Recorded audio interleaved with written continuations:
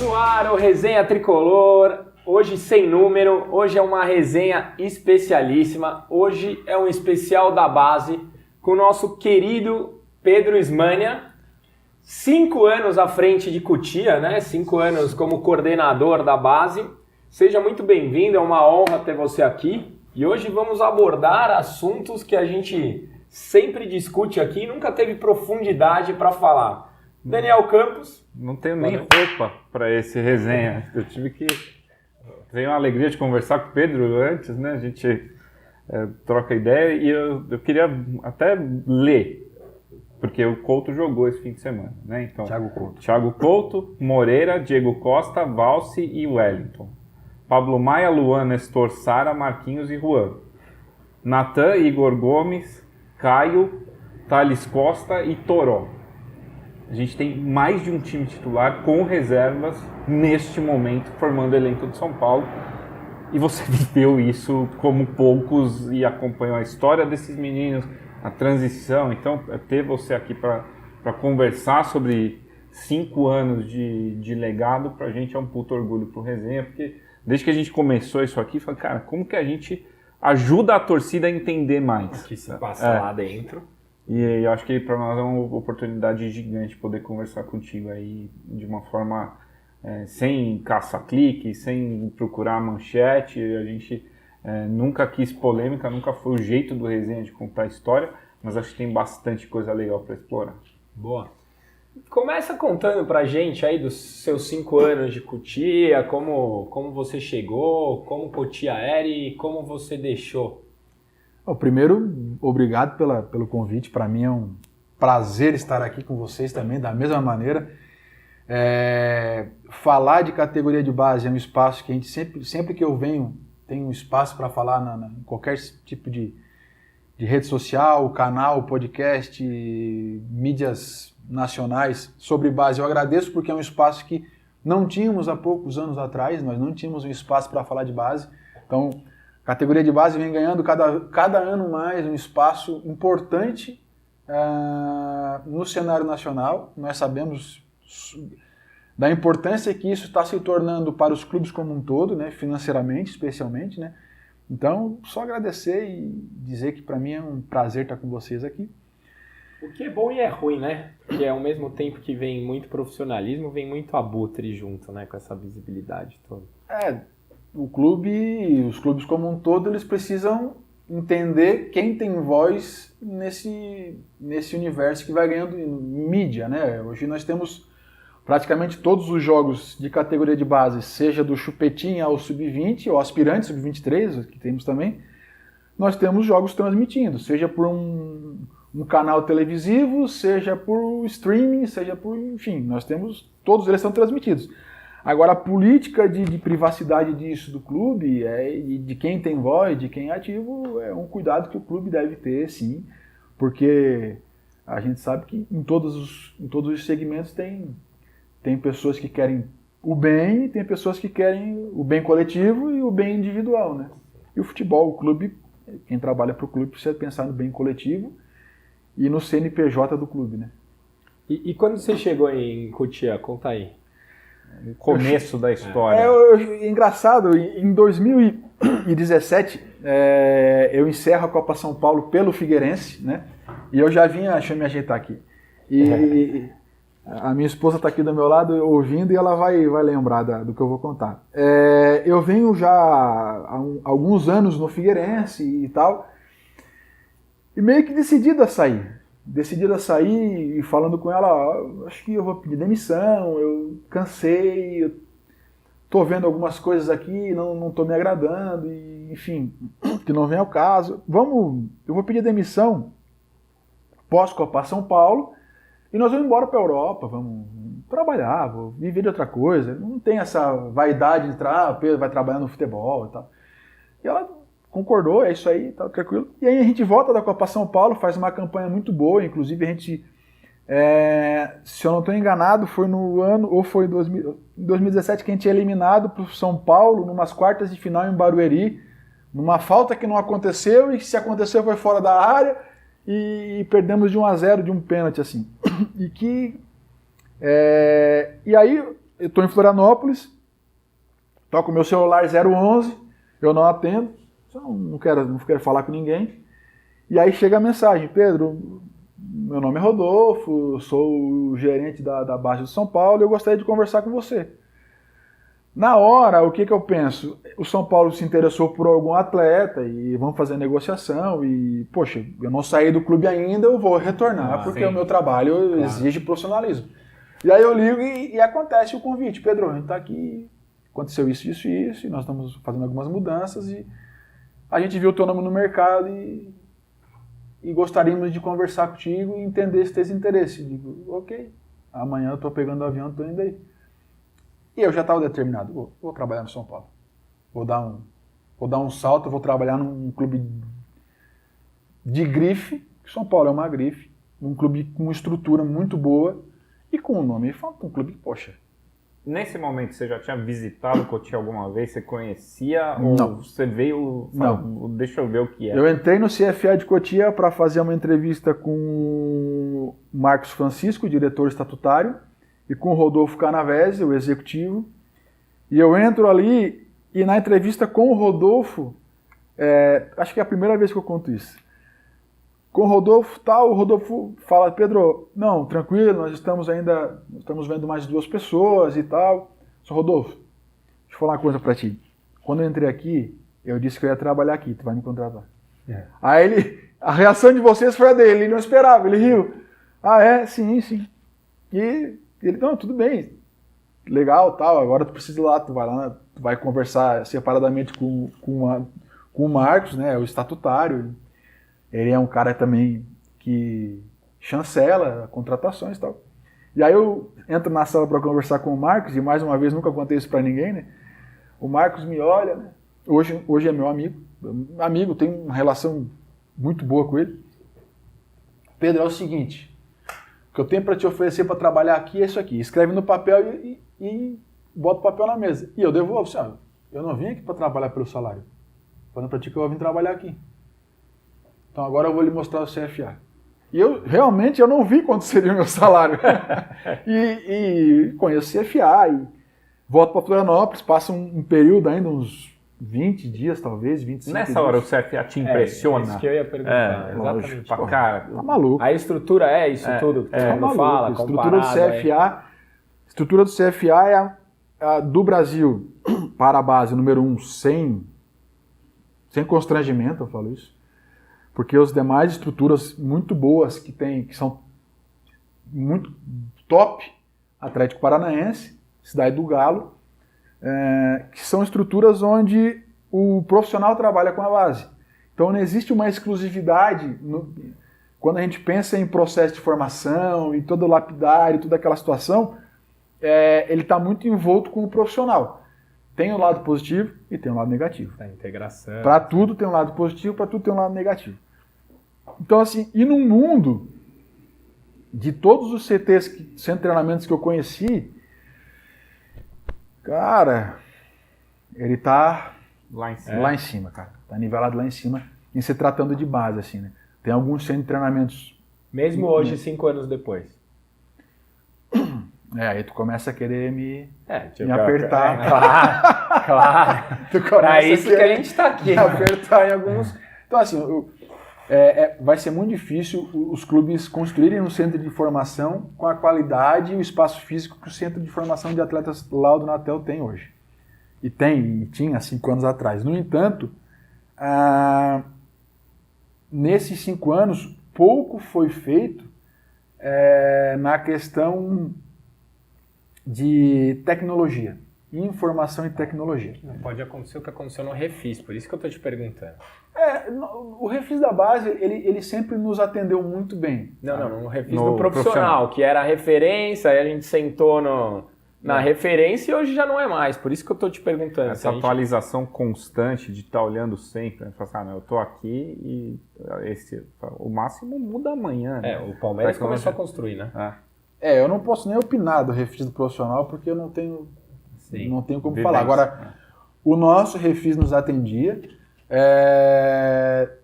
Muito provavelmente o CT do Palmeiras, da base, tenha nos passado nesse período com relação à tecnologia, com maquinário, com uma série de coisas nessa área, mas o CFA de São Paulo e o Refis da base sempre nos atendeu bem. Tínhamos nossos problemas, os nossos gaps, mas que a gente resolvia no dia a dia ali com os profissionais que estavam ali envolvidos. Eu posso estar falando besteira, mas quando você chegou em 2017, a base do Palmeiras não era tudo isso, ela era... Já estava numa ascensão, já estava numa ascendente, assim, já era uma... O que aconteceu depois foi que a sensação eles que eu começaram tenho é a colher os frutos daquilo que já estava... plantado mais para trás. Exatamente, né? Então, aí aparecem os atletas e tal. Esse aqui mesmo é um caso que foi e voltou, né? Quem não tá vendo aqui é o Juan. O Juan foi um caso que veio, foi e voltou.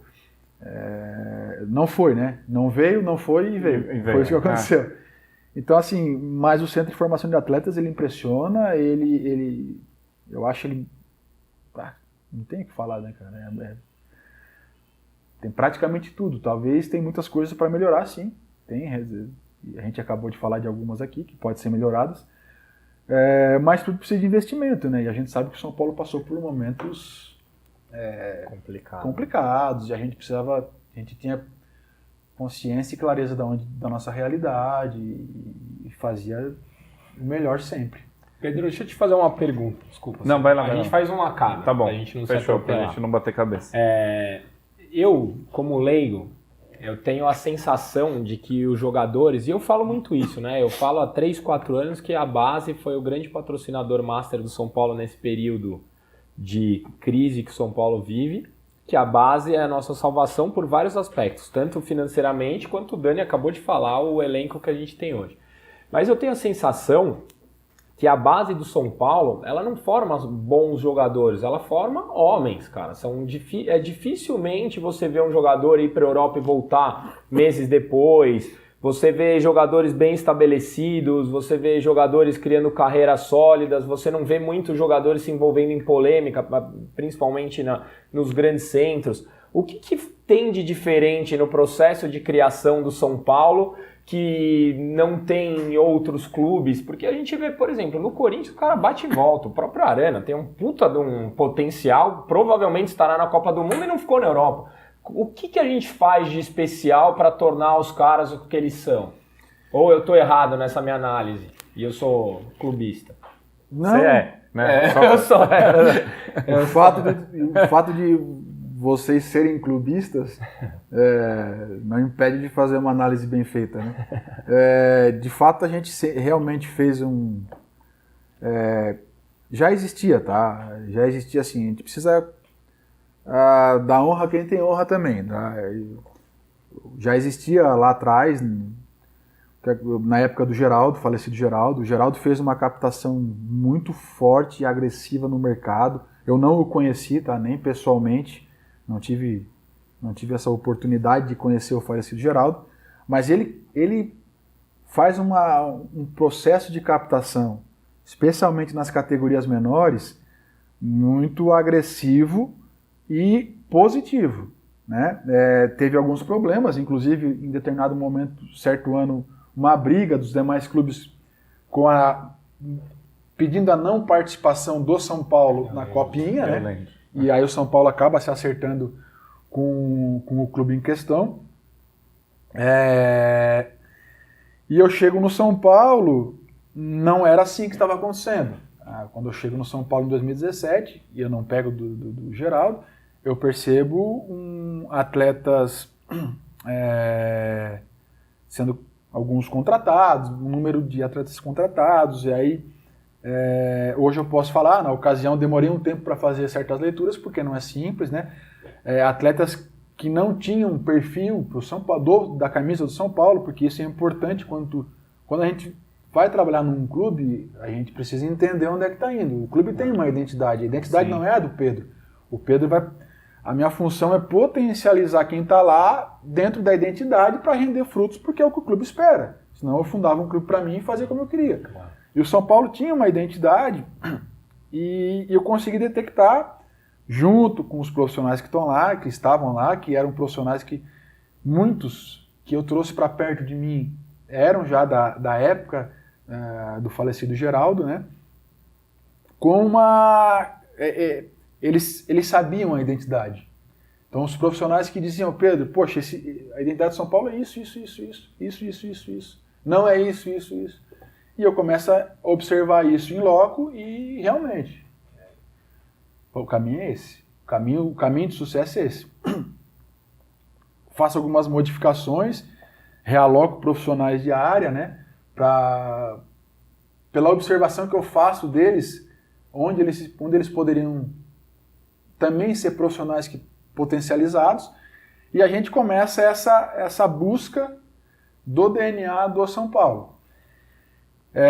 Até falei numa outra entrevista que eu capitaneio isso, mas eu não lidero isso. Eu delego, converso com o professor Adriano Titon, que hoje está no Profissional de São Paulo. Sim. Falo, Titon, eu realoco o Titon de preparador físico do Sub-19 para coordenador da análise de desempenho, porque é um cara extremamente capaz.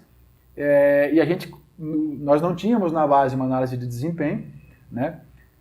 E o Titon começa essa montagem da análise de desempenho. Dentro dessa análise de desempenho, a gente começa a conversar e eu falo, Titon, a gente precisa fazer um resgate histórico das eras do São Paulo passado, de como jogava, como é que era o perfil dos treinadores, de perfil de modelo de jogo, perfil do jogador. Então a gente começa a fazer em 2017 já, a gente faz um levantamento do perfil do jogador do São Paulo, por posição e por identidade. Uhum. E a gente começa a identificar isso e cria, a partir dessa identidade do perfil do jogador, os critérios de avaliação do atleta. Porque o atleta precisa ser avaliado e avaliar é o principal para nós que estamos na base. E começamos essa construção. E essa construção, o perfil do atleta vai pela análise de desempenho e a avaliação não do atleta, a avaliação da pessoa, e aí tem uma diferença, e aí nós vamos entrar vou tentar começar a resposta para tu ver o que eu tive que contextualizar para... E eu não quero nem ser prolixo, mas eu preciso preciso explicar. Então aí, a partir do momento que a gente começa a fazer a avaliação do ser humano ali, daquela pessoa que está ali, aí eu trago o Departamento de Desenvolvimento Humano para liderar esse processo de avaliação de pessoas que está incluído ali a avaliação do atleta.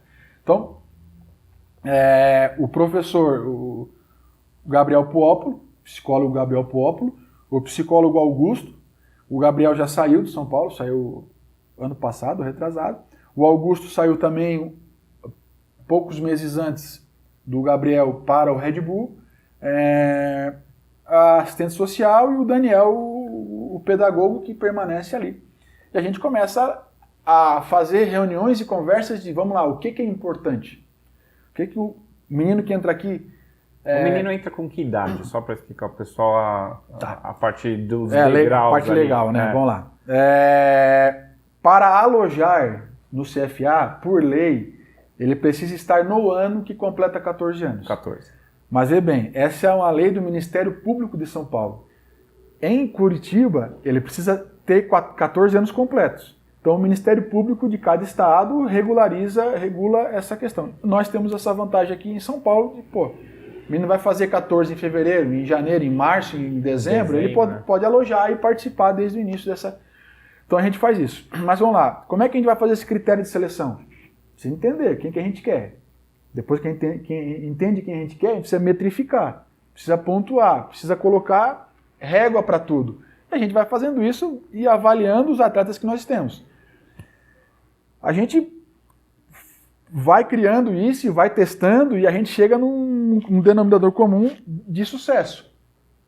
A gente faz a nossa métrica, a gente criou um gráfico matriz, porque nós detectamos que a gente precisava de mais de um indicador.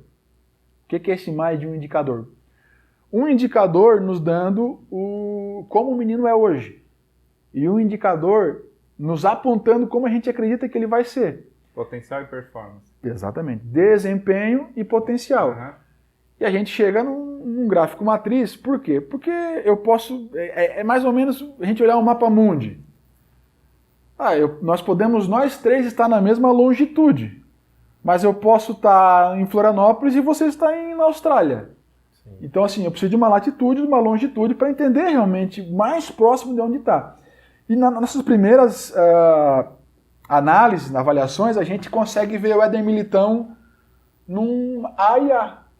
Opa, aqui tem casou. Porque realmente o que a gente empiricamente observa de que o Éder Militão é um jogador top europeu, a gente já fazia nas rodas de conversa. Inferência, né? E já era isso. Agora vamos fazer o seguinte, vamos fazer algumas provas dos 9, para entender se nós não estamos maquiando sem querer as avaliações para chegar nesse resultado. E a gente começa a fazer avaliações às cegas. E, enfim, cara, o índice de acerto é altíssimo nosso, assim. E essa métrica, a gente a cada 6 meses avaliava os atletas partindo dessa métrica e era uma avaliação viva, um organismo vivo ali, a gente sempre tinha que dar parar umas arestas, acho que a gente podia mexer num coeficiente aqui para ficar mais próximo e tal. Então, avaliando o ser humano, desde o seu início, a gente começa a ter uma assertividade melhor desse atleta que lá na frente vocês vão identificar, poxa, cara, esse cara se jogar sem camisa, eu vou olhar para ele e vou dizer, esse cara é jogador de São Paulo. Então, é isso que a gente sempre quis fazer. Mas para isso acontecer, que parece simples no fim, né? No topo da cadeia, tu olha, cara... Olha, falando assim não parece simples, não. Mas é muito complexo. Construir isso é complexo, porque eu posso falar isso para vocês empiricamente e dizer, cara, o fulano tem perfil. É o meu feeling, né? Cara, olha só como ele é, cara. Ele é magro, alto, uma maturação baixa, rápido. Ah, mas peraí, pô. Vamos avaliar a maturação dele, vamos ver a altura dele, vamos ver como é que ele tá nesse perfil, vamos ver como é que ele pensa. Então, assim... Aí eu vou lá um passo atrás. No final quando os meninos do Sub-13, que a gente fica ali, ficavam pelo menos nessa época que eu liderava ali, né? Uns 300, 200 meninos no nosso radar. No final do segundo semestre, nós fazíamos um compilado técnico, exclusivamente técnico, dos 100 melhores. E aí esse compilado ele não era fechado 100, às vezes tinha 85, às vezes tinha 110. Mas a gente escolheria, e a gente, quando eu falo, os observadores, os treinadores, preparadores físicos, treinador de goleiro. Eu fazia questão de incluir massagista e roupeiro, porque esses caras... olham tudo, né? Esses caras... vira quase terapeuta. Né? Não, esses caras conhecem jogador de futebol. Esses caras conhecem... Eles viram, eu cansei de chegar para roupeiro e massagista e perguntar, e aí, esse menino que tá em teste aí? Nem olha. E é batata, é lógico que eu ia olhar, eu não sou irresponsável. Sim. Mas, cara, o índice de acerto deles beirava os 100%, maior que a minha avaliação. Tá? Aqui, beirava os 100%, cara. Então, assim, esses 100, aproximadamente 100 atletas com 13 anos, nós alojávamos por 1 ou 2 semanas, dependendo do calendário, e nós criamos também uma série de avaliação para entendê-los. Nessa avaliação estava nivelamento escolar, estava tomada de decisão, teste de tomada de decisão dentro de campo e teste de tomada de decisão partindo de audiovisual, né, dentro do auditório, com perguntas e respostas. A assistente social trazia uma anamnese da família. Nós fazíamos uma anamnese de quem estava cuidando dele também, agenciando, empresariando, enfim, quem for. E aí vinha a avaliação do departamento médico, a parte técnica, parte tática, parte comportamental, parte física. Nós fazíamos todo esse compilado e chegávamos num número, são esses. Esses aqui têm o nosso perfil. É uma ciência. Né? É uma ciência. E acho que uma das coisas que me vem aqui, você falou, o Palmeiras começou a colher fruto quando você chegou ali e começa a ter. Você chega em 2017, olha, vê a estrutura, começa a pensar no modelo, traz todo mundo para a mesma, cria os degraus. Dessas primeiras sementes que você planta em 2017, quando que você olha para o processo e fala assim, puxa, agora eu estou começando a colher fruto que eu plantei? essa... Não que você herdou, mas você fala assim, ó, aqui tem o meu legado começando a acontecer. Onde que para você é essa virada? O legado, ele... Assim, eu herdo muita coisa boa, eu herdo muita coisa ruim. Normal, eu pego uma mistura de duas gestões ali, com perfis completamente diferentes, né? Eu, junto com todos, mais uma vez, né? Quando eu falo eu aqui, não tem ar de arrogância nem nada, é todo mundo. Eu só estava na frente ali, né? A gente começa herda isso e desde já começa a pregar uma filosofia. Tá? Essa filosofia que tinha sido... não estava sendo utilizada por poucos anos atrás, a gente volta a utilizar. E que ela não depende só de mim. A gente começa a pregar um mantra lá dentro, que é de um provérbio africano, que diz que eu já até falei, eu colocava em slide, que para educar uma criança é necessário uma aldeia inteira. Então, assim, não é o treinador o responsável. Quem cuida da portaria também está formando o atleta. A tia da cozinha está formando o atleta. Então, todos têm que estar falando a mesma língua. Então, essa construção também é desgastante e leva tempo, porque muda uma filosofia, muda um modo de pensar, todo mundo precisa começar a acreditar nisso também. Então, eu enxergo que desde os primeiros tem já um pouco da assinatura de todos ali de 2017 em diante. Agora, quando em 2021 eu olho para o time de São Paulo, cara, aquilo me enche de orgulho. Porque ali realmente eu vejo um legado. Eu vejo um legado porque é uma construção de longo prazo, médio, 5 anos é longo prazo, é mais que um ciclo olímpico, né? Então é longo prazo. Eu vejo um time sendo campeão paulista com muitos meninos da base, cara. Inclusive gol do Luan. Cara, o gol do Luan, eu me ajoelhei na sala, cara, de casa. Eu não fui no estádio. Eu dizia assim, cara, obrigado, meu Deus. Isso é emblemático. Isso é... Eu também me ajoelhei. Então. Da mesma forma que no ano anterior, o meu filho mais novo, né? Nosso filho mais novo, que hoje tem 8 anos, que quando eu venho pra cá ele tem 3, e começa a se identificar com o clube, e hoje ele é um São Paulino doente, está gravado e registrado. E eu acabo de fechei com outro clube de Série A, mas eu sei que o meu filho, cara... Ficou na vida dele. Cara, não tem o que tirar, cara. Então, assim, no ano anterior ao título, nós perdemos pro rival... e eu tô vendo o jogo na sala com ele, acaba o jogo e toca o hino desse clube e fala que é campeão paulista e mostra os jogadores de São Paulo desolados. Cara, esse menino, meu filho, ele me abraça, começa a chorar copiosamente, e diz, pai, eu vou jogar no São Paulo e nós vamos ser campeão. Cara, eu sei que isso é um menino de 7 anos na ocasião, é o cara, coração querendo... transbordando, não estou dizendo que isso vai acontecer e, poxa Deus, se quiser que aconteça, eu vou ser um cara muito feliz, cara, especialmente se ele fizer gol para ser campeão, né? Quero muito ver essa filmagem daqui uns anos e isso acontecendo, mas que esse peso não recaia sobre ele não tem essa obrigação, ele tem que ser feliz na vida, e eu acho que é isso que eu como pai prego. Então, em 2019, o São Paulo sendo campeão paulista, cara, naquele formato, na maneira como foi, e as falas e as construções que eu tive com o ex-presidente Leco, com o Raí, com o Alexandre Pássaro, que eu faço menção aqui cara, eu sei que esse trio foi muito criticado, cara. Eu sei que ele foi muito criticado e eu nunca tive a oportunidade de expressar, cara, mas esse trio, eles fizeram de tudo para blindar a base.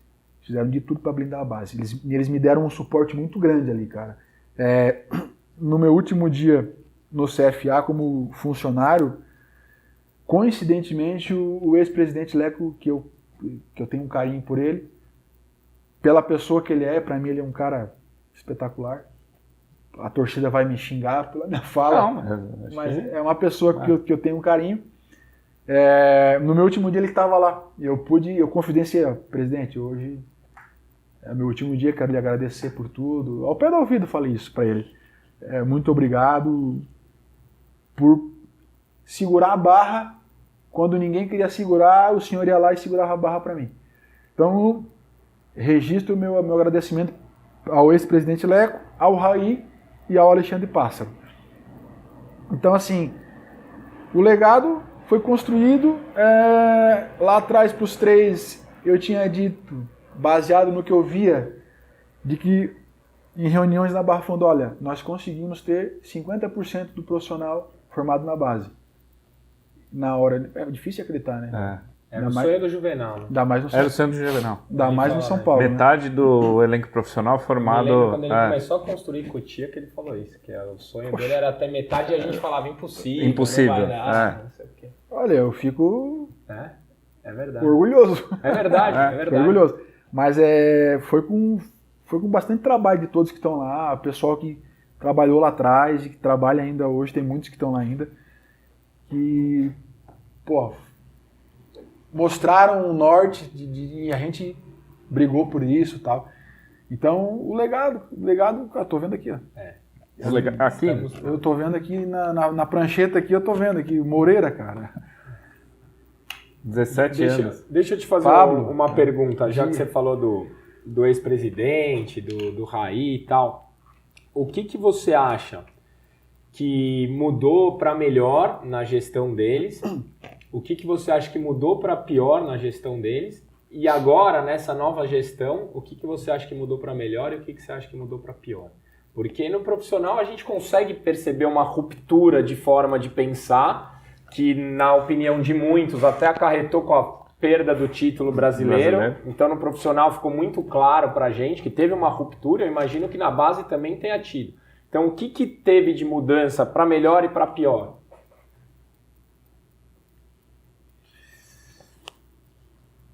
É difícil falar melhor e pior. Mudança teve. Mudança continua tendo, está tendo ainda, né? Se vai ser melhor ou se vai ser pior, a gente só vai ver lá na frente. Isso que é o pior, né? Você só vê daqui 5 anos. Não tem como eu agora, assim...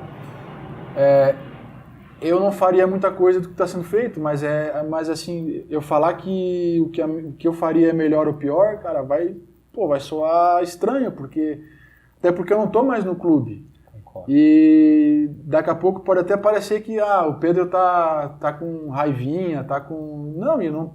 Cara, se tem uma coisa que eu não tenho do São Paulo, se tem uma coisa que eu tenho do São Paulo, o sentimento que eu tenho é gratidão. E nós também, viu? Não imaginar, cara, que um cara que nem eu... eu sou de Santa Catarina. Santa Catarina é o interior do Brasil. Já é um estado que não faz parte do eixo. Não contente, eu sou de Criciúma, que é o interior de Santa Catarina. Então eu sou do interior do interior. Cara, eu vi de perto a Libertadores de 92. Porque o Criciúma... Jairo Lenz.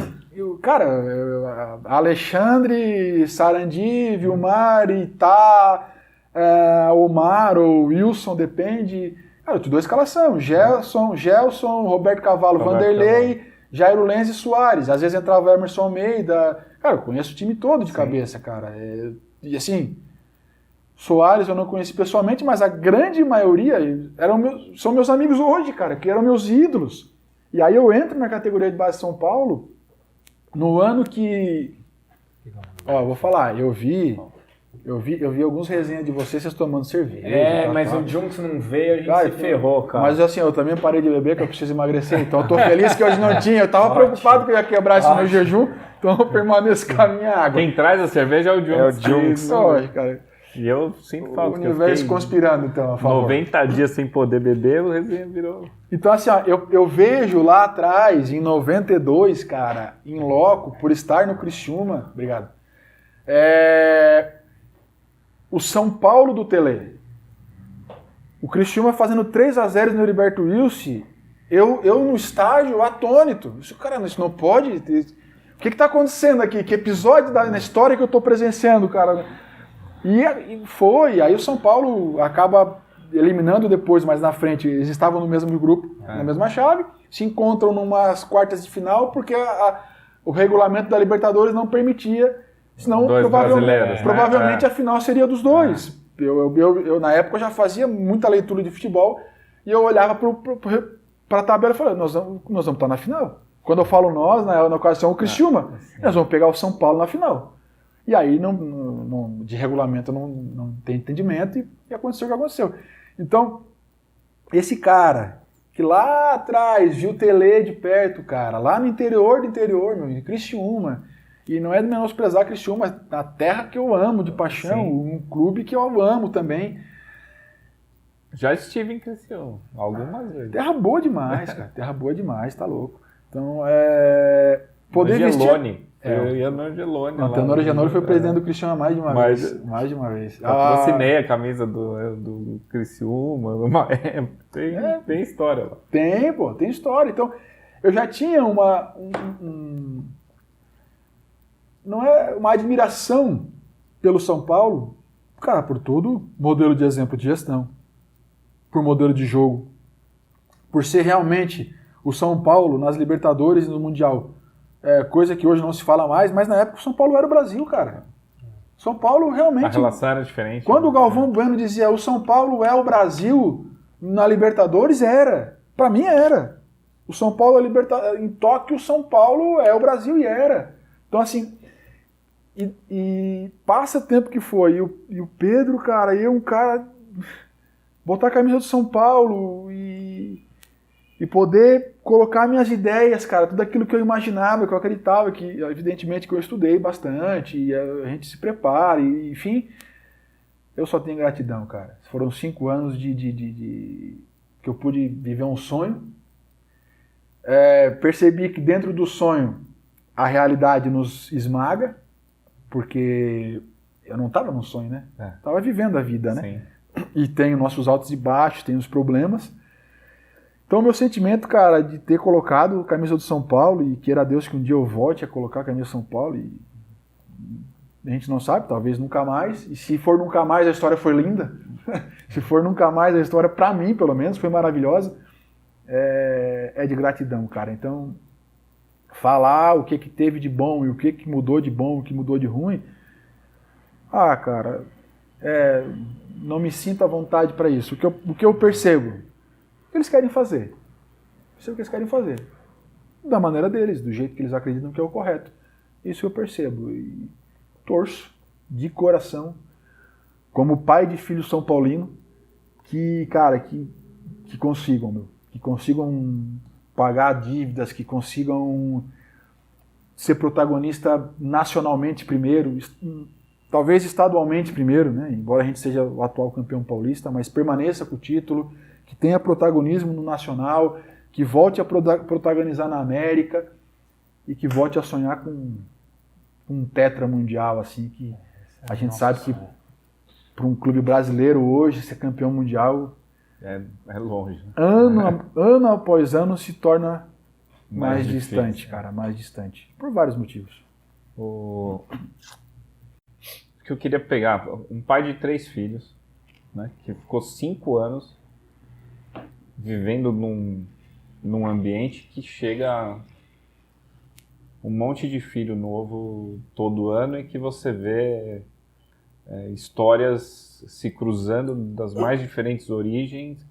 E eu acho que uma das coisas que eu aprendi no Resenha é que a base é para formar a base do time. Se você for obcecado pelo talento fora de série, você vai se frustrar e vai estar trabalhando errado, né? Então, acho que foi uma das coisas mais legais que, conversando sobre a base, a gente falou, cara, existe um conceito, mas é um funil, né? Então, desses 100 que você falou, eles vão ficando pelo caminho e só uma partezinha deles ali sobe para o degrau de cima e sobe para o degrau. E o profissional é um funil ainda mais agudo, porque pouca gente passa, né?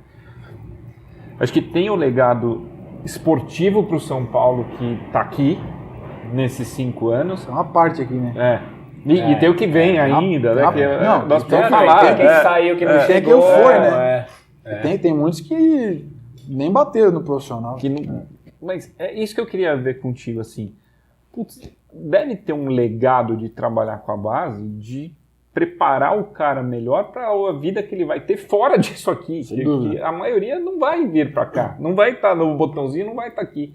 Muitas vezes a gente não vai nem ter visto jogar em outros times menores porque ele vai fazer outra coisa.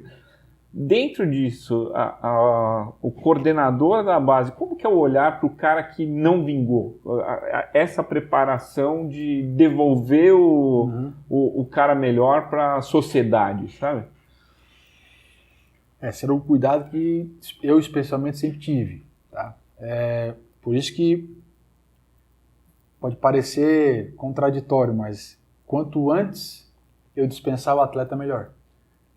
Essa é a grande verdade. O que me frustraria é o menino jogar o último ano do sub-20 e, cara, tu não serve pro futebol. Então, tudo que nós fizemos lá, a gente fez errado, cara. Ele entrou com 14 e só com 20 eu detectei. Corre o risco de acontecer, às vezes acontece. Sim. Mas nós no São Paulo, né, o São Paulo, nós não mais, né, mas o São Paulo, ele tem condição de fazer uma excelente seleção aqui atrás, onde, na minha opinião, e muitas vezes eu não consegui fazer isso porque não dependia somente de mim, todos os atletas desses que entram devem ter um destino.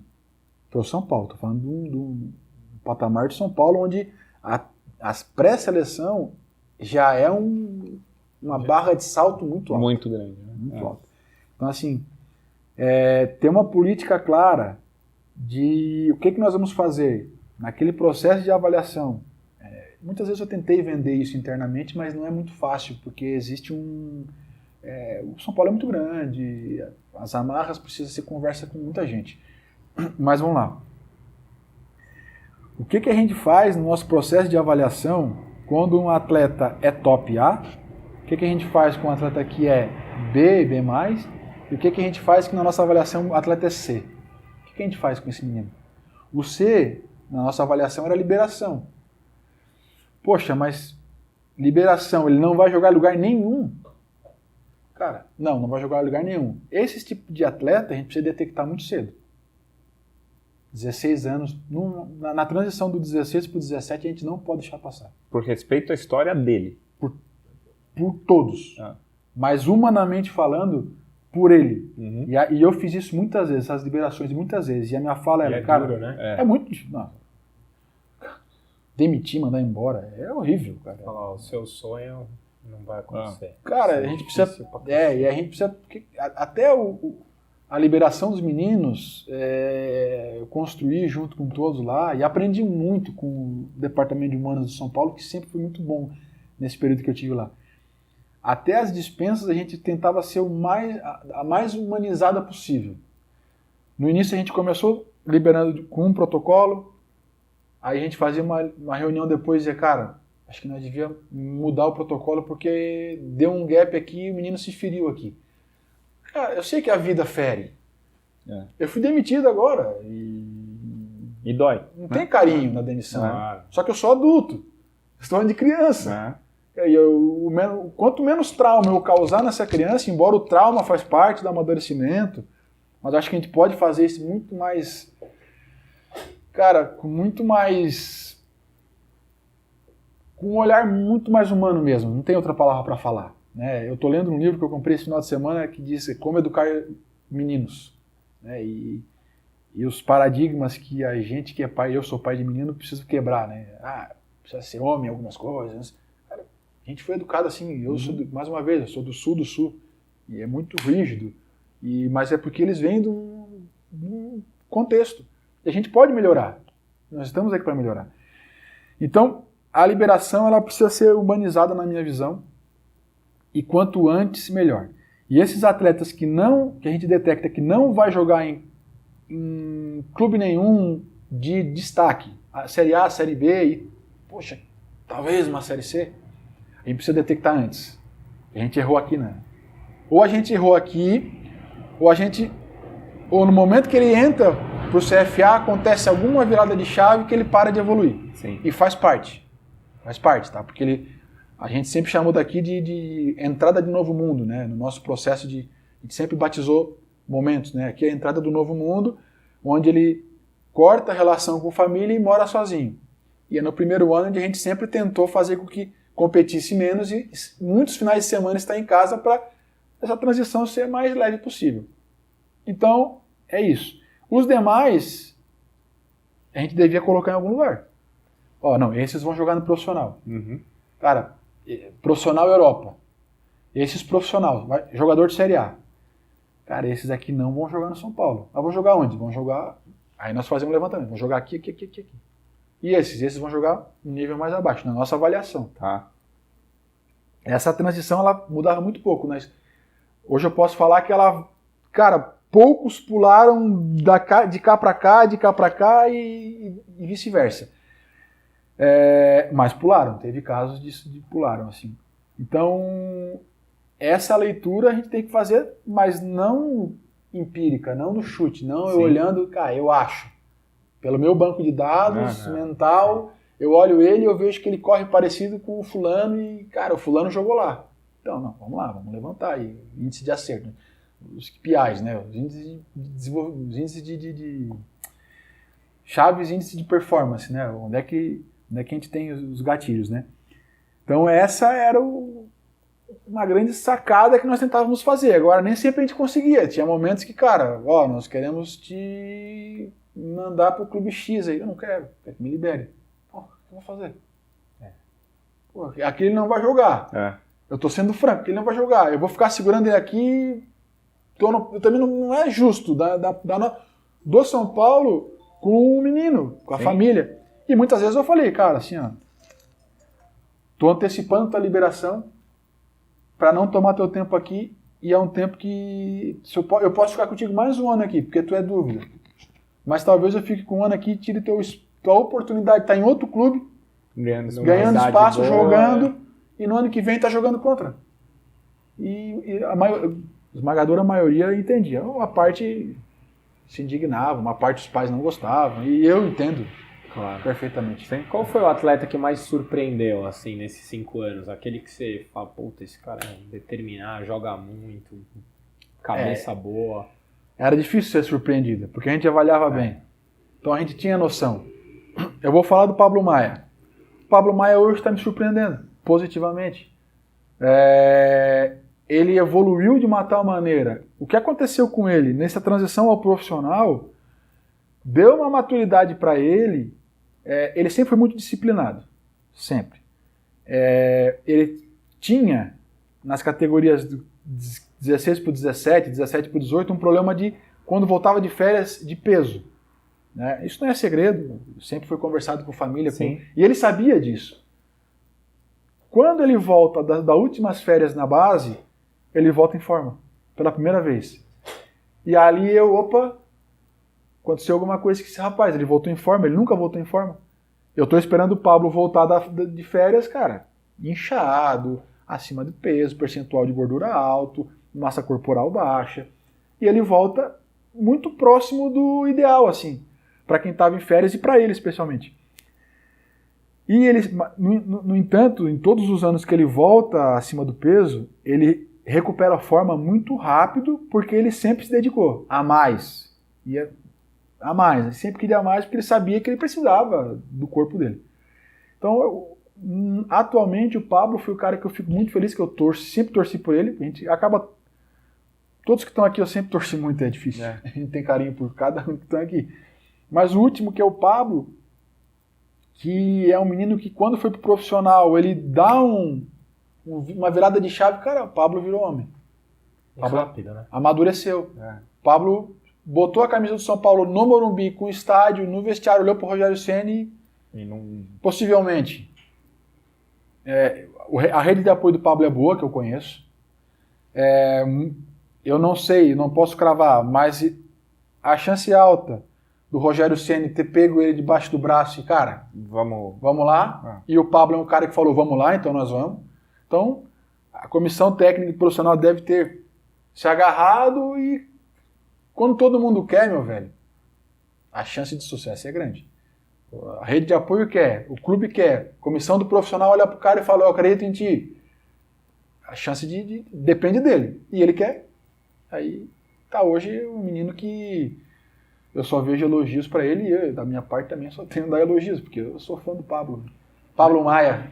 Nessa linha, eu acho que tem uma coisa muito legal de explorar, que é o tamanho do degrau para o profissional.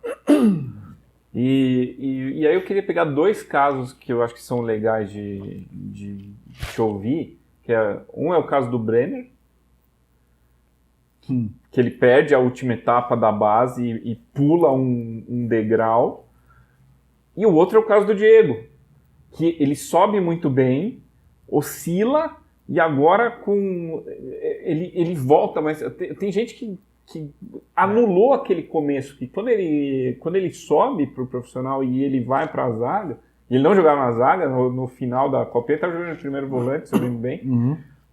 São 2 casos, faz, pô, se você não tiver paciência, é um degrau muito grande pro cara, é diferente de subir do 17 pro...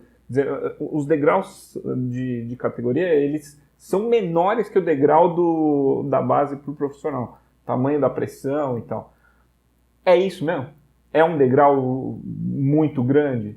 Esse cara, a queimar uma etapa é algo que pode pôr uma base muito bem feita a perder, esse tipo de coisa que a gente escuta um monte de gente comentando de fora e tem várias teorias.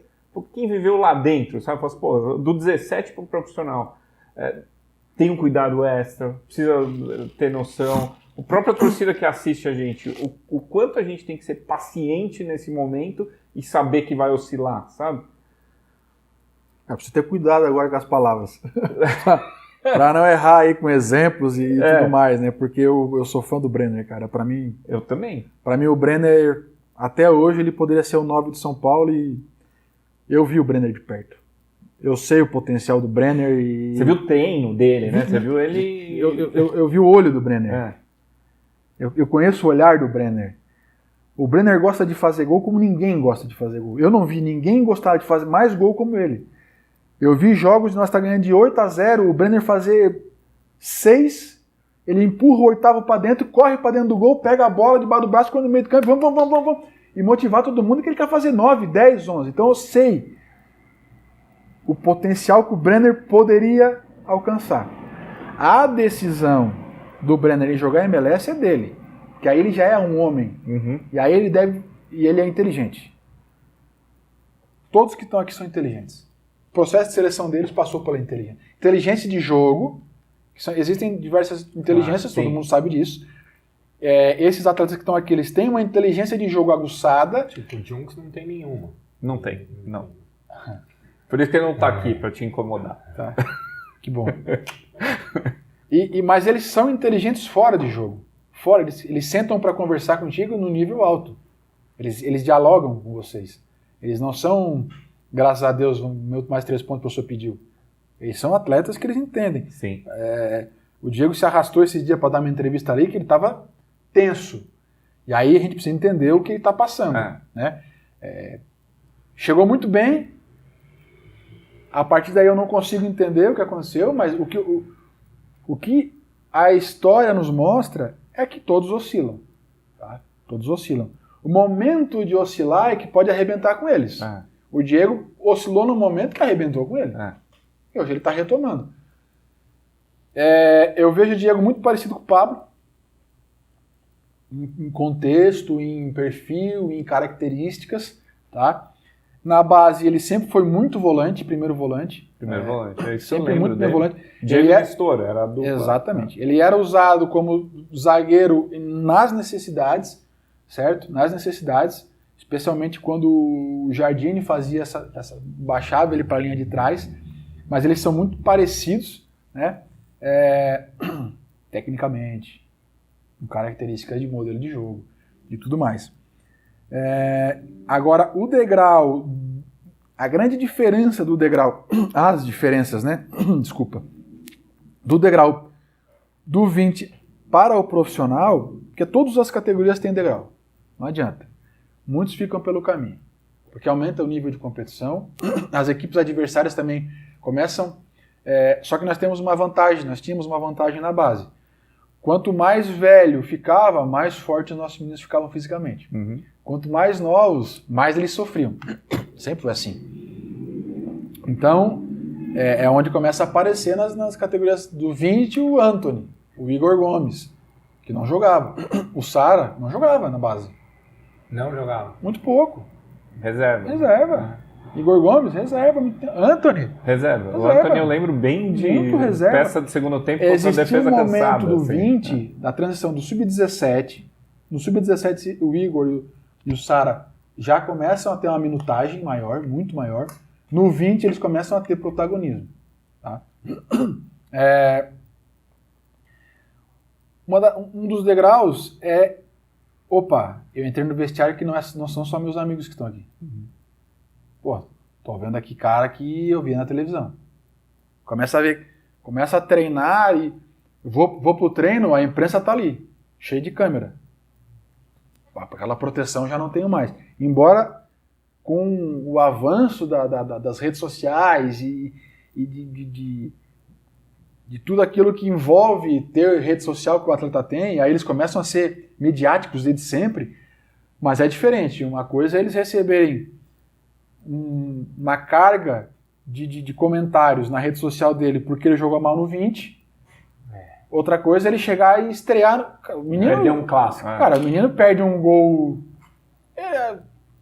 Eu falei pro Sara uma vez pessoalmente, tava na Barra Funda, o Sara tava sendo esculhambado de todos os lados, esculhambado, e eu tô sentado vendo o treino profissional contra o Sub-20, o Sara tá passando, boa, Sarinha, e aí, velho, senta aqui, pô. Ele tá aqui, né, naquele jeitinho dele, o Sara é um menino tímido, e eu sou fã demais dele. E aí ele senta do meu lado, e aí, meu, como é que tá? Só faz assim, né? Velho, tem um cara inteligente, tem um cara que é bom, não te esquece. Tu é muito bom. Nunca te esquece disso, cara. Tu pode ser xingado por todo mundo. Tenha convicção, olha pra trás e vê quem tu és. Saiba quem tu és. E ele, pô, Pedro, obrigado, tal, a gente bate um papo. Vê bem, eu não salvei o Sara, tá? Uhum. Tô dizendo um diálogo que eu tive com ele. Claro. Não salvei o Sara. E aí, esse tipo de fala que eu faço pra ele, olha pra trás e vê quem tu é, quando o menino sobe do 17 pro 20 e não passa por esses 3 anos de 20, aí eu sou um defensor desses 3 anos de 20 para quem tem idade, ele chega no profissional depois de 3 anos com pouco minuto jogado e começa a olhar para trás e fala, cara, e aí, será que eu sou bom mesmo? Será que eu não era bom no 17? E aí no 17 era uma coisa, será que esses 3 anos Pô, será que os meninos que treinaram e jogaram não me passaram? Começa a criar dúvida. Sim. Claro. Começa eles a ter dúvida. E é muito ruim ter dúvida. E por isso que eu aproveito e respondo a pergunta. Eu sou favorável de ser respeitado o processo de formação no Sub-20, a menos que o menino vá para o profissional e tenha minutagem de jogo e passe. E todos entendam que, olha, é um atleta de base, cara. É um atleta de Sub-20. Que vai oscilar. E a responsabilidade da vitória e da derrota não é dele. Tem que estar os caras cascudos ali e dizer, não. Eu respondo. Cobrança em mim. Sou eu. Perdemos? Não. Ele não. Ele estava aí para tentar nos ajudar. A responsabilidade é minha.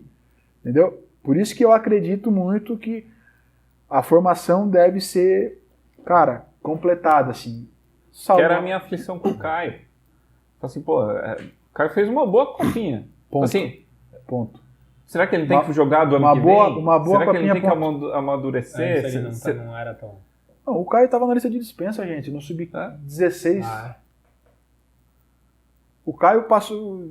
O Caio...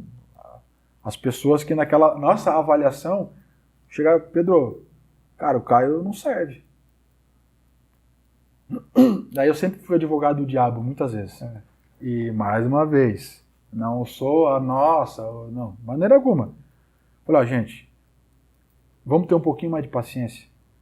Pô, a gente sabe que a maturação dele é tardia, a gente sabe que ele Poxa, até fisicamente. aí tem outra maturação que é a mental. A gente sabe que, poxa, ele ainda é um molecão, cara, e ele era um menino indisciplinado. Nós tínhamos diversos problemas extracampo, e a comissão estava irritada com isso. Vamos esperar um pouquinho, cara. Vamos dar um time para ele. Mas, cara, não, Pedrão, cara, olhando por isso, beleza, vamos dar. Mas estava a liberação dele pronta. Poxa, deu 3 meses, aí o mérito da comissão técnica. Chama ele, velhinho, cara, tu precisa ir feedback. Velhinho, ó, aqui, tu vai ter que melhorar aqui, senão tu vai ficar pelo caminho, cara. Moreira, aconteceu a mesma coisa. A comissão técnica chegou no Moreira, cara, o Moreira chegou a perguntar, e aí? Por que eu não jogo? No Sub-17. Tu não joga porque isso, tu não cumpre isso, a gente te vê assim, assado, extracampo. Inteligentíssimo Moreira. Moreira virou a página, cara. Virou o Moreira que tá no profissional de uma maneira precoce. Precoce não. O Caio em 3 meses foi convocado para a seleção brasileira. Sim. Depois desse diálogo que eu tive que a gente teve e determinou, vamos esperar mais um pouco, cara, ele foi convocado, a comissão vai na minha sala, Pedro, o Caio decolou de um jeito que não dá para explicar, Pedro. Então, às vezes é tempo, cara, e não é mérito meu, é mérito de vocês, eu falei para eles. Nosso, como um todo, que vocês também compraram a ideia, vocês foram lá, que vocês podiam ter pegado e falaram assim, não, o Pedro quer que o Caio fique, mas vai treinar separado aí não evolui. Os caras botaram para treinar, os caras botaram na arena, colocaram a prova, cobraram ele, todo mundo cobrou como um todo, e aí a aldeia toda foi formar a criança, cara. Tô aqui, 2 cases de intervenção direta, cara. Os 2 com 17. Que na minha opinião, e não tenho medo de falar, eu acho que devia ter paciência com eles. Teremos. Eu já te fiz essa pergunta quando a gente gravou lá pro Globo Esporte, mas a audiência rotativa quer saber. Por que o São Paulo forma muitos jogadores de determinadas posições? Por exemplo, eu acho que a gente forma bons zagueiros, eu acho que a gente forma bons volantes, e não forma de outras, por exemplo, a gente não forma lateral, não forma camisa 10. A gente forma sim, pô. Então, explica o que você explicou. A gente forma tudo. Mas por que eles não chegam no mesmo nível no profissional? Chegam também. Chegam. Moreira, Natan, Wellington. Acabei de citar 3 laterais. Tem que dar tempo para eles chegarem. Certo? Certo. Minha opinião, se o Gabriel Novaes estivesse também... O Brenner, formamos um centroavante. O Gabriel Novaes, talvez não... Cara, minha opinião, ele teria espaço para estar ali, pelo menos. Se tivesse... Por que o Gabriel Novaes fazia gol? Porque ele tinha extremas e meia que colocava a bola para ele. Sim. E ele faz gol. Isso ele sabe fazer. Não pode pedir para o Gabriel Novaes fazer o que o Brenner fazia, que era um falso 9. O Brenner tem um refino técnico muito mais apurado que o Gabriel Novaes. Agora, a sagacidade de se posicionar, ambos têm. Que é o que o Caleri faz, né? Por isso que eu estou dizendo que teria espaço para o Gabriel Novaes. Entendeu? Um menino que estava na base e que o investimento já foi feito. É isso que eu estou querendo dizer. Agora, o Sara é meia, o Igor Gomes é meia, o Nestor é segundo volante. Temos aqui 2 primeiros volantes, o Thales é segundo volante. Engraçado que o Nestor, o Rogério já chama ele de 10, né? Ele já... É porque ele tem muita qualidade técnica. E ele pode jogar de 10. Não tem problema nenhum. Ele tem muita qualidade técnica. Agora o Pedro, eu gosto dele de 8, porque do jeito que eu gosto, e aí não tem essa de é melhor ou é pior. Sim. Né? Do jeito que eu gosto de um 8 com a qualidade que ele tem de 10. E na base é ótimo, porque nós tínhamos o 10, nós tínhamos o 8 que era um 10. E aí eles ficavam brincando aqui. Os 13, volta e meia, várias vezes o Igor Gomes, o Sara e o Nestor estavam assim em campo. Porque a bola flutuou para cá, o Nestor veio, o Sara cobriu, o Nestor fecha aqui e o jogo continuava, não perdia a qualidade. Não.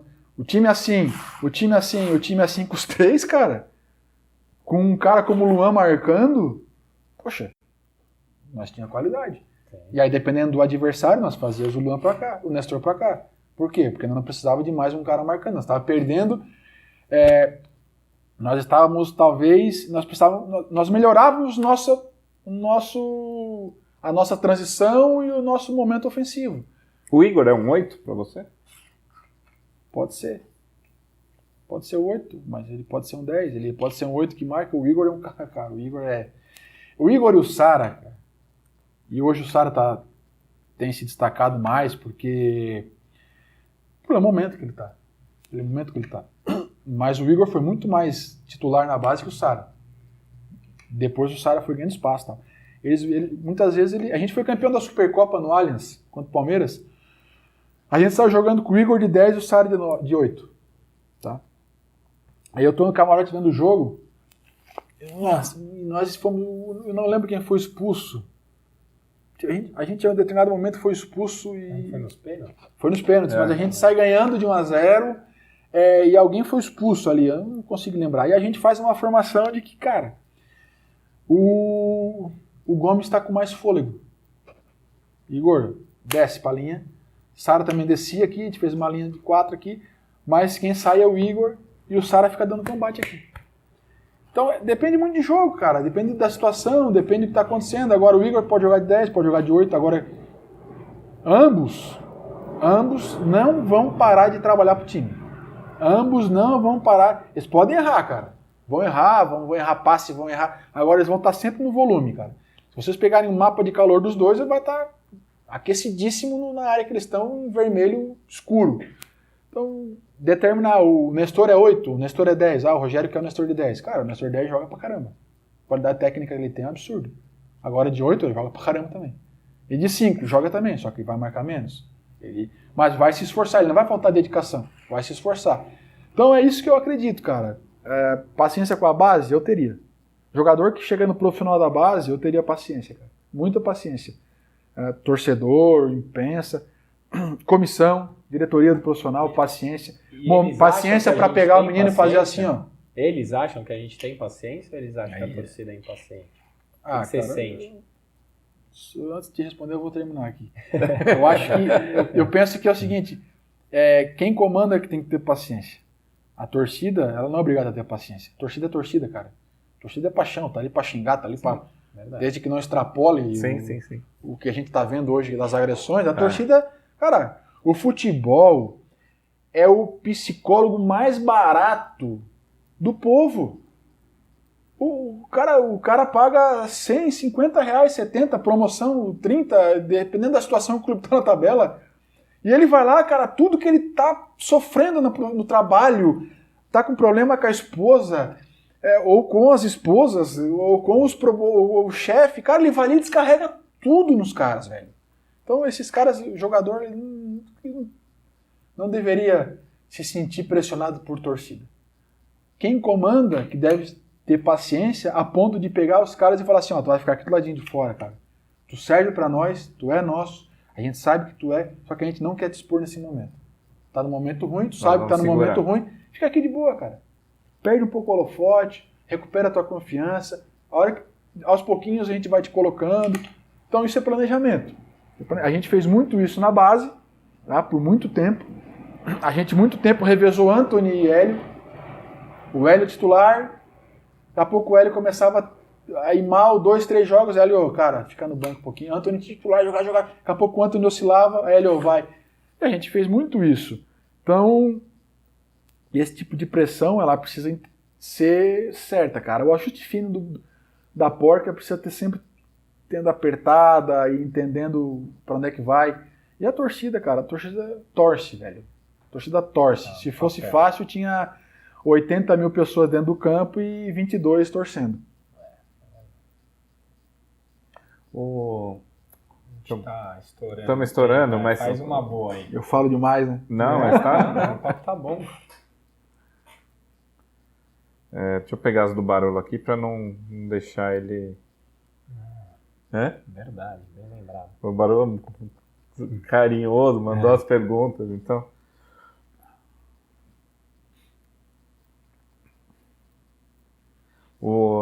A primeira que ele mandou é sobre o clima de Cotia. Ambiente. Porque lá é frio, né? Não, mas os meninos se sentem bem, o clima é bom. Muita gente fala muita coisa sem viver lá dentro. Assim, a estrutura, todo mundo... A estrutura é ótima, o clima é bom, os meninos se sentem em casa. Não é porque eu saí que eu vou aqui querer criar. Não, é bom lá, é bom, cara. É bom de morar. Para ter uma ideia, na pandemia, eu ia com meu filho e minha esposa e meus filhos lá, primeiro para ver como tava, porque não tinha ninguém lá dentro, mas eu sempre ia, passava dia lá. E quando todos moravam lá, o clima entre eles sempre agradável. Problemas que todo lugar, que toda escola, né? Porque a gente batizou lá atrás que nós queríamos que Cotia fosse Harvard do futebol. Por isso que a gente permaneceu com a formatura no Sub-20 assim e fazia um ritual de entrada e formatura como se eles estivessem sendo formados numa universidade. Então, como toda universidade, toda escola que trabalha com crianças na idade de adolescente, que é os hormônios aí bombando, tem problemas, tem situações para se resolver, mas não com uma gravidade. Os caras sempre muito leve, um ambiente de aprendizado, futebol por osmose. Cara, eu sou suspeito, eu gosto muito. A outra pergunta, ele falou... Não sei, de repente, qual é o ambiente, daqui a pouco... não sei, se tiver alguma coisa mais específica, eu posso até responder. Ambiente nesse sentido. Naquele sentido. Não, é que foi amplo, assim, muita gente fala que o clima em Cotia não é tão bom, inclusive teria muita gente insatisfeita, então... Mas depende com quem, né? Determinado momento. Acho que ele não está se referindo ao jogador. Se ele tivesse referindo assim, teve momentos, sim, momentos de clima teve momentos de clima entre profissionais ali. E não estou falando de agora, tá? Que foi pesado, assim, que eu precisei fazer muita força para blindar isso, muito por questões até políticas, não tem por que esconder isso, sim. Porque eu falando ou não falando tem implícito nas minhas palavras aqui, já está na linha subliminar. Teve sim. Do momento atual, eu prefiro não opinar. Tá no seu direito. Acho que tem uma questão, eu vou juntar duas em uma, porque ele mandou uma questão longa, mas essa questão de chegar muito paparicado, de chegar mimado, ser muito mimado e quando chega no profissional não aguentar crítica, que, na visão dele, não só no São Paulo, mas existe certo. Já tem assessor, já tem patrocínio, ele chega já como estrela. Então, na transição, você não tem isso que a gente estava falando agora há pouco de, segura, vamos lá, vamos com calma, porque o cara já chega grande demais. Isso é uma questão na base hoje discutida, mais ou menos? Lá atrás, quando eu chego em Cotia, eu já ouvia isso. Antes de eu estar no São Paulo, eu já ouvia isso. Essa é uma pergunta que eu acho que muita gente já fez para muita gente que estava lá dentro, né? Imagino eu, creio eu. Porque realmente por ser um ambiente que sempre foi muito blindado e as pessoas não terem acesso e não ter a real noção do que acontece, acaba tendo a ideia de que, cara... Não tem cobrança. Não tem cobrança. E o atleta de futebol, quando chega no profissional e no profissional do São Paulo, é um atleta que é uma estrela, cara. Os caras são potenciais estrelas na base e, cara, potenciais popstar no profissional e muitos viram, cara. O Anthony hoje é um popstar, cara. O Anthony hoje é uma estrela mundial. Um cara que, só se der muito errado pra ele não ir pra uma Copa do Mundo. O Éder Militão é outro. Então... Não dá para nós corrermos, ou a gente busca atletas que querem esse protagonismo, ou a gente busca os medíocres. E o protagonismo exige que os caras tenham também a personalidade de olhar para si, cara, eu tenho meus defeitos, mas eu sou bom, cara. Eu sou bom. E isso não é mimar. Esse é colocar eles no lugar deles. Alguns passam do ponto. Alguns extrapolam a vaidade. E aí o São Paulo e o clube que trabalha com base, ele é um agente transformador. O atleta ele tem vários agentes transformadores. O clube é um. Quando o clube e essas demais pessoas eles fazem uma força para o mesmo local, a tendência é que a situação ocorra de maneira positiva. Lá dentro sempre foi muito cobrado. E sempre é muito cobrado. é muito dado, é muito ofertado, mas é muito cobrado. Porque também a competitividade interna é alta. Se eles não ultrapassarem as barreiras e não criar... Tem fila. Cara, tem milhares querendo. E ninguém, cara, pelo menos no tempo que eu tive ali, cara, não tinha ninguém com cadeira cativa. Tanto que eu falei pra vocês no processo de avaliação. Sim. O cara tá lá embaixo, meu, velho, desculpa aí, nós vamos te dar até, dependendo da situação, tá aqui na Berlinda, tal, e tem potencial, o Caio, por exemplo. Cara, vamos conversar, dar um feedback, entender e ver. Se ele reagir, ok. Não reagir, cara. Aquele ali é o próximo. A fila anda porque eu também tô sendo cobrado para dar resultado aqui, cara. Não é... Eu digo que lá é um processo humano, existe uma questão de humanização, mas não é assistencialismo social. A gente precisa cuidar socialmente deles, mas a gente não faz assistência social, nunca fez. Sempre foi um negócio também. Nunca né? fez, Claro. exatamente. Pô. Eu não gosto de chamar os meninos de ativo. Sim. Eu acho muito frio. Pesado. Acho muito frio. Tá? Eles são crianças e adolescentes e adultos, é isso que eles são. No jogo do negócio, eles são os ativos. Mas, cara, pro ativo ser valorizado, eu preciso entender o ativo. O ativo é um ser humano, então eu preciso entender o ser humano. E aí, a cadeia para trás, vocês já entenderam.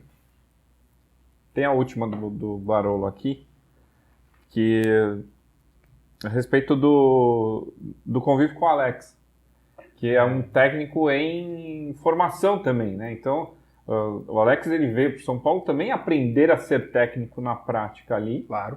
E você viveu a chegada dele, o Claro. começo do Alex, a evolução, e agora o Alex sendo visto como um cara colhendo os primeiros frutos de uma carreira que está no começo ali. E de fora parece uma boa estratégia que o Alex fez, né? Eu falei para ele e falo aqui também, acho. Que o Alex, ele se encaixa perfeitamente no exemplo que a gente citou. O Alex é uma estrela, cara. O Alex é um popstar do futebol. A contratação dele pro São Paulo, ela veio como uma contratação de peso, cara. Midiática, Ele né? foi apresentado na Barra Funda, ele deu coletiva de imprensa. Eu não me recordo o treinador do Sub-20 ser contratado da coletiva de imprensa. Mas não é porque é o treinador do Sub-20, é porque é o Alex que foi contratado. Então, assim, e ele vem com as suas convicções, com as suas ideias. Ele encontra um corpo técnico capacitado, ele percebe isso e começa a abrir para o diálogo, certo? E nessa abertura pelo diálogo, ele é um cara... O cara que jogou no nível que o Alex jogou é competitivo. E essa competitividade, ninguém descarta do dia para a noite. Então ele traz essa competitividade para o Sub-20 do São Paulo. E os meninos percebem isso. Opa! E a cobrança em cima disso. Cara, o que aconteceu é que ele, naturalmente, por ser uma pessoa inteligente, ele evolui rápido. Ele aprende rápido. Ele é um cara que todo momento se capacita, lê muito. A gente, por acompanhar em rede social, eu sei que ele sempre buscou capacitação de forma formal também, né, na CBF.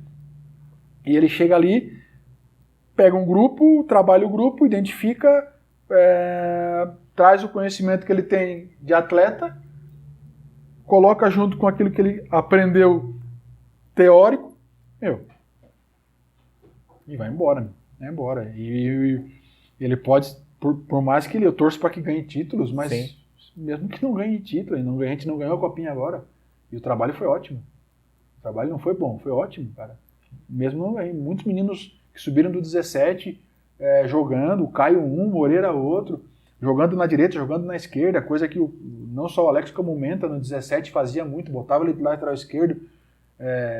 O Menta é um cara que... A minha lembrança é Natan na direita e o Moreira na esquerda. Isso, mas eu faço menção ao Menta porque é um profissional que está ali há muito tempo. Sim. E que tem essa capacidade também de desenvolver. O Menta tem uma capacidade muito grande de desenvolver os meninos, né? Então ele botava na esquerda, botava na direita. O Iago, o zagueiro do Sub-20, era centroavante, cara. Ia ser liberado de centroavante. O Menta, e aí foi da comissão técnica do 17 e do Menta. Cara, pega o Iago e põe de zagueiro aqui, porque ele tem bom passe, ele tem isso, tem aquilo. Vamos ver. Seleção brasileira. Então... E o Alex é um cara que tem é inteligente, tem uma vivência, estudou. Cara, mais uma vez, a chance de dar certo é alta, cara. Só se ele amanhã acorda e fala, não quero mais. Ele pode fazer isso. E eu acho que não vejo ele eu não vejo ele fazendo isso, porque ele é competitivo e ele quer contar a história. Quer provar pra ele, quer provar... O cara que é competitivo quer provar pra todo mundo. E claramente, pelo menos claramente, do que é público, né? Ele tem essa questão de aprender na base também. Sim, ele fala ele isso. não quer queimar etapa, ele não... Ele recebeu proposta. Isso, sair, então, quis você ficar, vê, cara, eu não tô funcionar. pronto ainda. Pós-copinha ele recebeu régua, proposta. No meio do ano passado ele recebeu inúmeras propostas. Ele nunca me falou, ele nem sabe que eu sei, mas eu sei. Recebe proposta. É um cara que vai receber proposta do mundo inteiro. A todo momento. E aí ele faz um trabalho bom, como ele fez no ano passado, mais uma vez, junto com todos da equipe. Mas ele que está na frente, ele que está na beira do campo, ele que toma as decisões. Então, ele vai chamar atenção. Quanto mais ele aprender na base, porque ele nesse ano que passou, ele também errou. E errou algumas vezes e errou, cara, em momentos cruciais em alguns jogos. E ele sabe disso. Se acontece isso no profissional, talvez ele... Já tivesse caído. Talvez ele tivesse caído, talvez ele tivesse queimado, talvez ele não serviria. Então, essa bagagem que ele pegou, cara, no profissional ele já... Musculatura. Ele já tá, opa, isso já aconteceu. Peraí, não, deixa eu vir pra cá aqui, peraí, não vou fazer mais. Então, cara, eu acho que ele fez a escolha correta. Meu sonho é daqui 1, 2 anos, o Rogério no lugar do Belmonte. E o Alex no banco? O meu é parecido. Esse seria meu sonho. O meu é parecido. O Rogério, ele quer ser treinador, gente. Eu sei. Eu acho Mas é que ele é muito mais importante pra gente do que só treinador, né? Ele é institucional, assim, né? Mas eu entendo que não é plano dele por nada. O Rogério, na primeira reunião que eu chego no São Paulo, na Barra Funda, eu vou contar a história. Sentamos lá na Barra Funda, na sala do presidente, e aí tá... O Rogério Senna era treinador, aí senta o estatutário aqui, outro aqui, o Leco tá na ponta. E antes de começar, o Leco, Pedro, meio que querendo quebrar o gelo. Soube que tu era goleiro, e aí, conta pra mim, conta pra nós aqui e tal. Aí o presidente, poxa, não é querer assim, né, mas como é que eu vou dizer que eu fui goleiro, presidente? Eu tô na frente do Rogério Senna, é complicado, eu não fui goleiro, presidente. Eu bati uns 4 tiros de meta pra fora. E de maneira alguma, e aí começa, né? Esse foi um episódio que até hoje eu recordo com... Isso na passagem anterior dele. Isso, na primeira. Quando eu chego aqui, tive essa situação com ele, treinador, né? Tem mais alguma aí? Cara, acho que uma... não posso deixar de te perguntar, nós estamos vendo aqui, tem 15 meninos. Você conhece os próximos mais do que... Fica de olho nesses aqui, que vale a pena acompanhar de perto. Aqui tem 15, né? Mas não tá aqui Tuta, não tá aqui Morato, não tá aqui Antony, não que já viraram aqui dinheiro, Éder né? Militão, não tá aqui Brenner, não tá aqui... Poxa, tem um número grande aí, cara. Aqui. Mas a próxima safra... Não tá aqui Elinho, não tá aqui o Everson, que pra mim são muito bons. Não tá aqui o Brenner, não, já falei, Gabriel Novaes, que a gente falou antes. Das próximas, tá? Vamos lá. Eu sei que todo mundo quer isso. Todo mundo quer isso, cara. Pra quem eu olho ali? O que eu vou dizer pra vocês é o seguinte. Sempre que eu tava...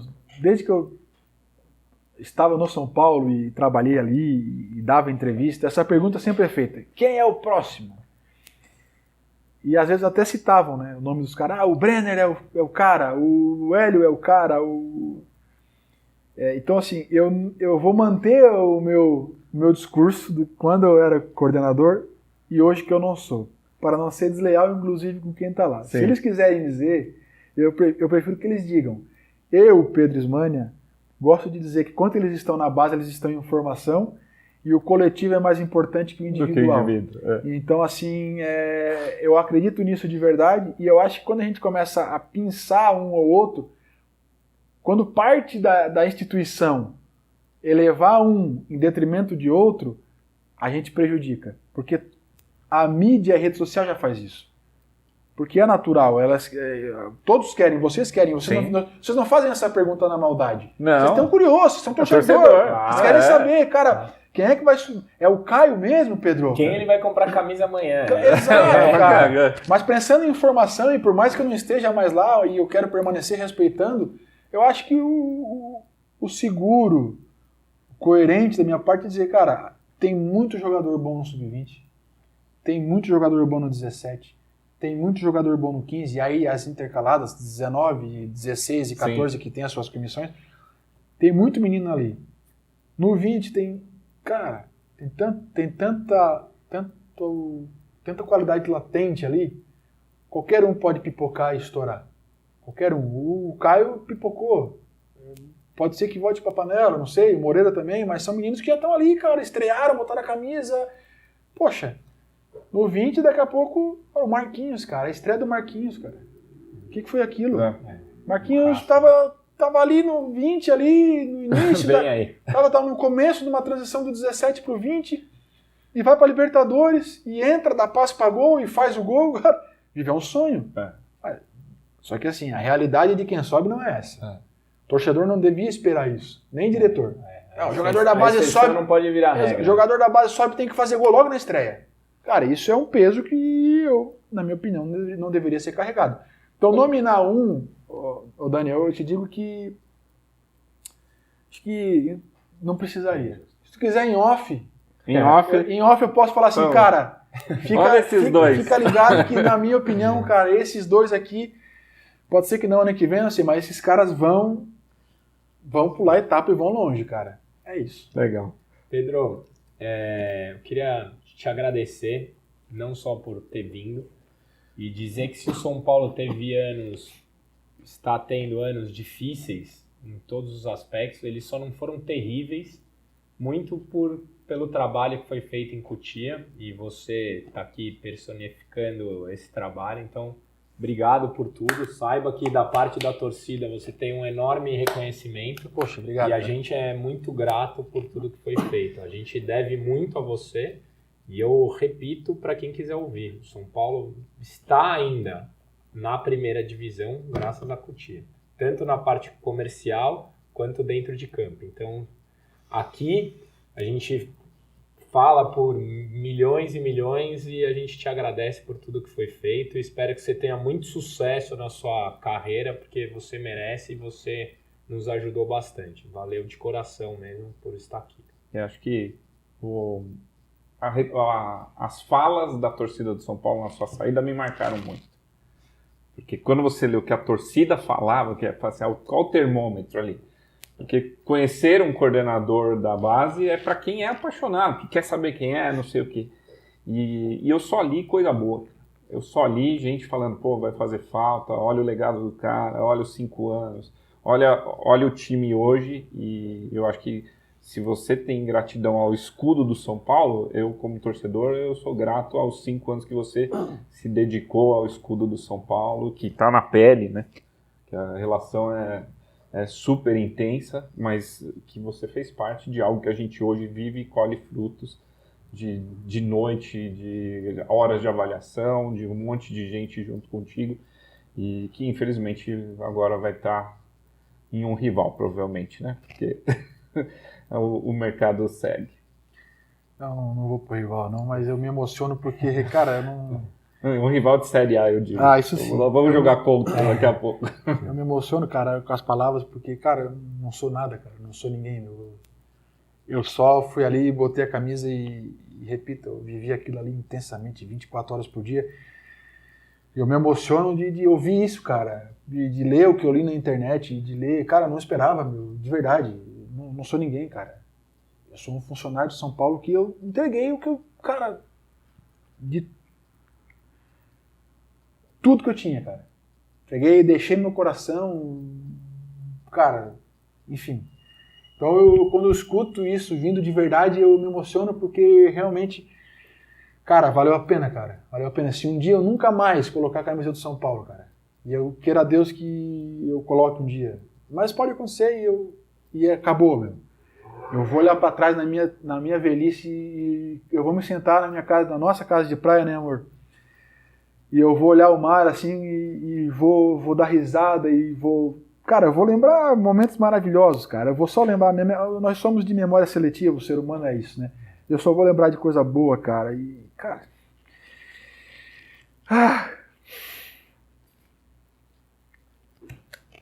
Valeu. Obrigado. Valeu. Obrigado aí. Valeu, velho. Valeu.